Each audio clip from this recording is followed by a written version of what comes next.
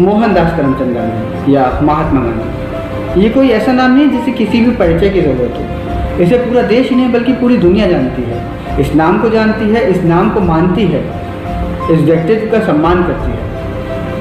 अगर हम महात्मा गांधी के जीवन में थोड़ा सा गहराई से झांकने की कोशिश करें तो हम पाएंगे कि उनके जीवन को 3 भागों में बांटा जा सकता है। A Mahatma by spirituality, a freedom fighter who used non-violence as his weapon, and a lawyer by profession. Mahatma Gandhi को एक महात्मा के रूप में और एक फ्रीडम फाइटर के रूप में तो लगभग पूरी दुनिया जानती है, लेकिन आज हम उनके प्रोफेशन के बारे में थोड़ा जानने की कोशिश करेंगे। गांधी जी ने अपना मैट्रिकुलम 1887 में पास किया था, जिसके बाद उन्होंने श्यामल दास कॉलेज में जाने का निश्चय किया। वहाँ उन्हें बहुत सारी तकलीफ़ों का सामना करना पड़ा। जहाँ के प्रोफेसर तो बहुत अच्छे थे, पर फिर भी उन्हें कुछ समझ में नहीं आता था। अपना पहला टर्म पूरे करने के बाद जब वो अपने घर को लौटे, पहुंचकर गांधी जी को मावजी दावे मिले। मावजी दावे उनके पिताजी के एक खास मित्र हुआ करते थे और परिवार के खास सलाहकार भी थे, जिनको सब प्यार से जोशी जी कह के बुलाते थे। तो जोशी जी ने परिवार वालों को एक सलाह दी। उन्होंने कहा, मोहनदास को अभी भी 4 से 5 साल लग जाएंगे बीए की डिग्री पूरा करने में, और फिर भी वो केवल 60 रुपये कमाने लायक बनेगा, दीवानी की गद्दी के लायक नहीं बनेगा। अगर आप मेरी माने ना तो उसे इंग्लैंड भेज दीजिए, वहाँ जाके वो लॉ की डिग्री कर लेगा और बैरिस्टर बन जाएगा। मेरा बेटा केवल राम भी वहीं पर है, उसके बहुत सारे मित्र हैं इंग्लैंड में जो उसकी काफ़ी मदद कर देंगे। ज़रा सोचिए, एक बैरिस्टर जो इंग्लैंड से आया है, क्या उसे दीवानी की गद्दी आसानी से नहीं मिलेगी? अब गांधी जी का परिवार इतना बड़ा तो था नहीं कि वो आसानी से गांधी जी को इंग्लैंड भेज दे। तो काफ़ी विचार विमर्श करने के बाद परिवार वालों ने सोचा कि चलिए गांधी जी को अब इंग्लैंड भेज ही दिया जाए। गांधी जी की माँ को ये विचार पसंद नहीं आया, तो उन्होंने अपने परिवार के पुरोहित, जिनका नाम विचारजी स्वामी था, उनको बुलाया और उनसे पूछा कि क्या मोहनदास को लंदन भेज दिया जाए।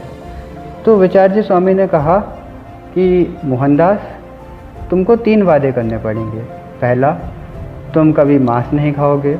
दूसरा, तुम शराब का सेवन नहीं करोगे। और तीसरा, किसी पराई औरत की तरफ आँख उठाकर भी नहीं देखोगे। इसके बाद तुम लंदन जा सकते हो। जिसके बाद गांधी जी ने तीनों वादों को स्वीकार किया और अपने माँ का और परिवार वालों का आशीर्वाद लेके लंदन को रवाना हो गए। तो वो लंदन गए।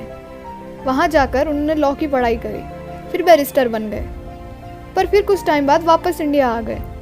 इंडिया आने के बाद वो बिल्कुल भी कॉन्फिडेंट नहीं थे, क्योंकि उन्होंने इंडियन लॉ तो पढ़ा ही नहीं था, उन्होंने सारा इंग्लिश लॉ पढ़ा था। फिर वो चले गए मुंबई। मुंबई में उन्होंने काफ़ी स्ट्रगल करा, जैसे तैसे एक केस मिला, पर वो भी कामयाब नहीं हो पाया। तो उन्होंने जो उनकी पार्टीज थी उनके लिए फिर एक नया लॉयर उनको अरेंज करके दिया। और गांधी जी तो गांधी जी हैं, तो पूरी फीस भी वापस कर दी। फिर वो वापस आ गए अपने शहर। वापस आकर अपने बड़े भाई के साथ काम करने लगे। तभी उनके एक परिवार के सलाहकार ने उनसे पिटोरिया जाने को कहा।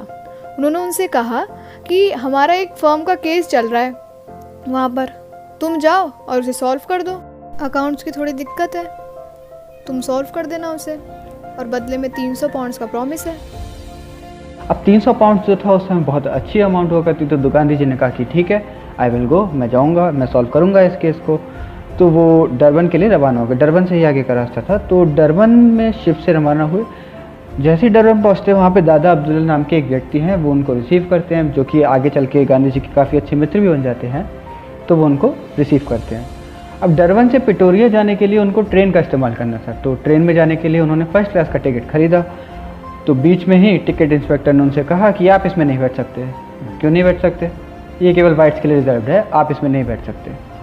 अब ये जो इंसिडेंट था, यही कहीं ना कहीं एक नींव है सत्याग्रह इन साउथ अफ्रीका की। यहीं से शुरू होता है। ये जो इंसिडेंट हुआ, इसने गांधी जी को अंदर से पूरा हिलाकर रख दिया। अब जैसे तैसे वो वहाँ भी पहुँच गए। तो वहाँ पहुँचने के बाद क्या हुआ कि अकाउंट्स थी, अकाउंट्स उनको नहीं पता थी, बिल्कुल ही नहीं पता था, अकाउंट्स उनका सब्जेक्ट ही नहीं था। तो उन्होंने पहले अकाउंट्स को सीखा, अकाउंटेंसी सीखी पूरी, ठीक है, और सीखा कि कैसे बैरिस्टर्स वहाँ पर जो सीनियर बैरिस्टर्स हैं, वाइट्स यूरोपियन बैरिस्टर्स हैं, कैसे मतलब कोर्ट में करते हैं, क्या कंडक्ट रहता है उनका, कैसे क्या करते हैं, उन्होंने पूरा सीखा। उसके बाद उन्होंने केस को स्टडी किया और उन्होंने आर्बिट्रेशन का रास्ता दिखाया। तो गांधी जी अब ये जानते थे कि दूसरी पार्टी इतना पैसा पे नहीं कर सकती, उसकी इतनी कैपेसिटी नहीं है कि वो इतना पैसा पे कर दे। तो उन्होंने दोनों के बीच में सेटलमेंट करवा दी। सेटलमेंट कैसे कि आप इनको इंस्टॉलमेंट्स में पे कर दीजिए। तो इस तरीके से गांधी जी ने दादा अब्दुल्ला का केस जो था उसको हैंडल किया। दादा अब्दुल्ला का केस जीतने के बाद गांधी जी वहाँ से जाने की तैयारी करने लगे वापस इंडिया। मर्चेंट्स ने उनको खूब शानदार दावत दी। तभी उन्हें पता चला कि यहाँ एक नया लॉ पास हुआ है जिससे इंडियन कम्युनिटी के जो वोटिंग राइट्स हैं वो छिन जाएंगे। अब वहाँ इंडियन कम्युनिटी को कुछ पता नहीं था, सब लोग इतने पढ़े लिखे नहीं थे। तो सब ने मिलकर रिक्वेस्ट किया कि गांधी जी आप रुकिए और इस समस्या को सुलझाइए। तो गांधी जी ने एक पिटीशन फाइल की, सबके सिग्नेचर लिए और उसको भेज दिया लंदन। पर उसका कुछ नतीजा नहीं निकला, वो बिल पास हो गया। वहीं से शुरुआत हुई गांधी जी के लिखने की। उन्होंने लिखना शुरू किया। जब वो वापस इंडिया आए तो गोपाल कृष्ण गोखले से मिले, जो कि उनके मेंटोर थे, पॉलिटिकल मेंटोर थे, पॉलिटिकल गुरु थे। जब गांधी जी ने उन्हें बताया कि इतनी बुरी हालत है इंडियंस की, वहाँ पर हर चीज़ में डिस्क्रिमिनेशन होता है, तो गोपाल कृष्ण गोखले ने कहा कि आप इसको एक्सपोज कीजिए, यही एक तरीका है। तो अलग अलग जगह मीटिंग्स ऑर्गेनाइज हुई, पब्लिक मीटिंग्स ऑर्गेनाइज हुई। गांधी जी वहाँ गए और इस सब को एक्सपोज किया। तभी डरवान की इंडियन कम्युनिटी ने उनको लिखा कि यहाँ पे फिर से कुछ चल रहा है, आप आके देखिए इसको। गांधी जी फिर से साउथ अफ्रीका गए। गांधी जी ने अपने लॉ के करियर को और आगे बढ़ाया। यहाँ पर वो सिविल लॉ और कमर्शियल लॉ में बहुत अच्छे थे, क्रिमिनल लॉ में भी अच्छे थे, लेकिन उसके केसेस बहुत कम लिया करते थे। केस में वो वहाँ ट्राई करते थे कि नेगोशिएशन हो जाए, क्योंकि कोर्ट में भी वाइट्स थे और एडमिनिस्ट्रेशन में भी वाइट्स थे। तो वहाँ पर बहुत मुश्किल होता था लॉज को इम्प्लीमेंट करने का। गांधी जी की एक और क्वालिटी हमको देखने को मिलती है कि वो कोर्ट में किसी भी ऐसी चीज़ का साथ नहीं देते थे जो कि गलत हो। यहाँ तक कि जब उनका खुद का ही क्लाइंट गलत होता था वो केस को बंद कर देते थे। तो ये क्वालिटी भी हमको उनके अंदर देखने को मिलती है। एक बार फिर से इंडिया आए। इंडिया में भी उनका सर्कल जो था वो काफ़ी बड़ा होने लगा था, क्योंकि सबको पता चल गया था कि गांधी जी जो हैं साउथ अफ्रीका में इंडियंस का बहुत साथ देते हैं। जब गांधी जी इंडिया में ही थे तभी साउथ अफ्रीका से एक और लेटर आया इंडियन कम्युनिटी का कि हमें आपकी हेल्प चाहिए, आप आइए। गांधी जी को भी कहीं ना कहीं लग रहा था कि कुछ ना कुछ तो कमी रह गई है। तो गांधी जी ने डिसाइड किया कि मैं फिर से वहाँ जाऊँगा। अब जब गांधी जी वहाँ पहुँचे तो उन्हें ये चूज़ करना था कि वो बैरिस्टर बने रहना चाहते हैं या जो पॉलिटिकल पार्टी उन्होंने बनाई है रटाल इंडियन कांग्रेस, उस पर उनको ध्यान देना है। अच्छा, उस समय एक इशू और निकल के ये सामने आया कि रटाल से ट्रांसगाल और ट्रांसगाल से रटाल जाने पर इंडियन लोगों को पाबंदी थी। तो गांधी जी ने सोचा इसमें भी मुझे कुछ करना चाहिए।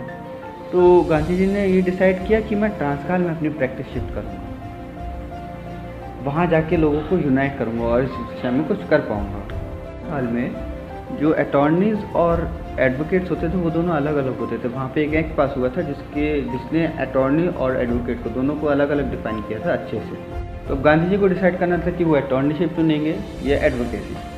तो गांधी जी ने बहुत सोच समझकर अटॉर्नी में जाने का निश्चय किया। ऐसा नहीं था कि गांधी जी ट्रांसफार जाके काफ़ी कमज़ोर पड़ गए हैं, वो वहाँ जाकर बिल्कुल भी कमज़ोर नहीं पड़े थे, बल्कि अब तो वो वहाँ अपने प्रोफेशन में और आगे बढ़ गए थे। अब तो वो इतना पैसा कमाते थे कि इतना कभी उन्होंने सोचा भी नहीं था कि मैं कमा पाऊँगा, और अपने ज़्यादातर कमाई का हिस्सा इंडियन कम्युनिटी के डेवलपमेंट में लगा देते थे।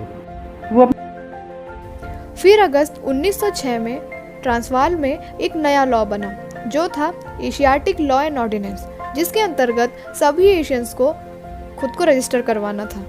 जो अगर रजिस्टर नहीं करवाता तो या तो उसको फाइन देना पड़ता, या उसको जेल में डाल देते, या फिर उनको उनकी कंट्री वापस भेज देते। गांधी जी ने इसके विरोध में सत्याग्रह शुरू करा।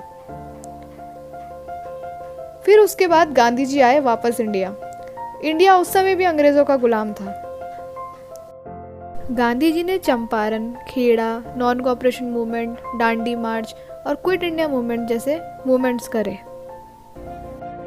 उनके आदर्शों और सत्य के आगे अंग्रेजों को भी झुकना पड़ा और वो हमारा देश छोड़ के चले गए। इस प्रकार हमारा देश 15 अगस्त 1947 में आज़ाद हुआ। तो ये था गांधी जी का जीवन एक लॉयर के रूप में। अगर हम गांधी जी के जीवन का थोड़ा गहराई से अध्ययन करेंगे तो हम पाएंगे कि आसक्ति, घमंड और लालच जैसी चीज़ें उन्हें छू भी नहीं पाई। इतने बड़े बैरिस्टर बनने के बाद भी उन्होंने अपना सादगी भरा जीवन नहीं छोड़ा। वो जैसे पहले थे हमेशा वैसे ही रहे, हमेशा उसी रूप में रहे और उसी सादगी से अपना पूरा जीवन जिया। गांधी जी ने प्रेम और भाईचारे की भावना से सिर्फ भारत ही नहीं बल्कि पूरे दुनिया के हृदय पर राज किया। इसीलिए हम हर साल 2 अक्टूबर को उनके जन्म दिवस पर गांधी जयंती मनाते हैं। टीम YAC की तरफ से आप सभी को गांधी जयंती की हार्दिक शुभकामनाएं। जय हिंद, जय भारत। नेकी की राहों पे तू चल, रब्बा रहेगा तेरे संग। वो तो है